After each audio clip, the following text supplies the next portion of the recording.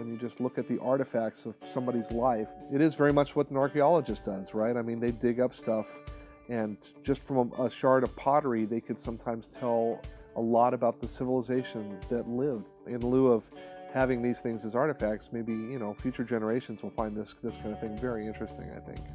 You could easily relate to other people through objects. Being able to understand that at an individual level, I think is a brilliant exercise. Sometimes I think you learn how deep is reality for the other one, how complex is like everyday living. As you get closer, everything gets more complicated. So from de cerca, nadie es normal.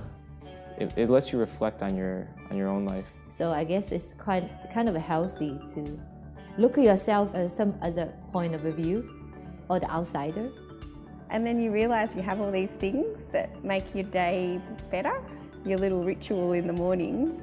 We're talking about the part of life that is not the one that we talk about.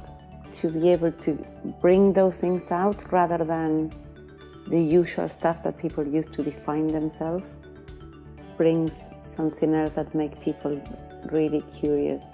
But it's the fact that it's all at once. It gives you a perspective that you'd never normally get. You never see life that way.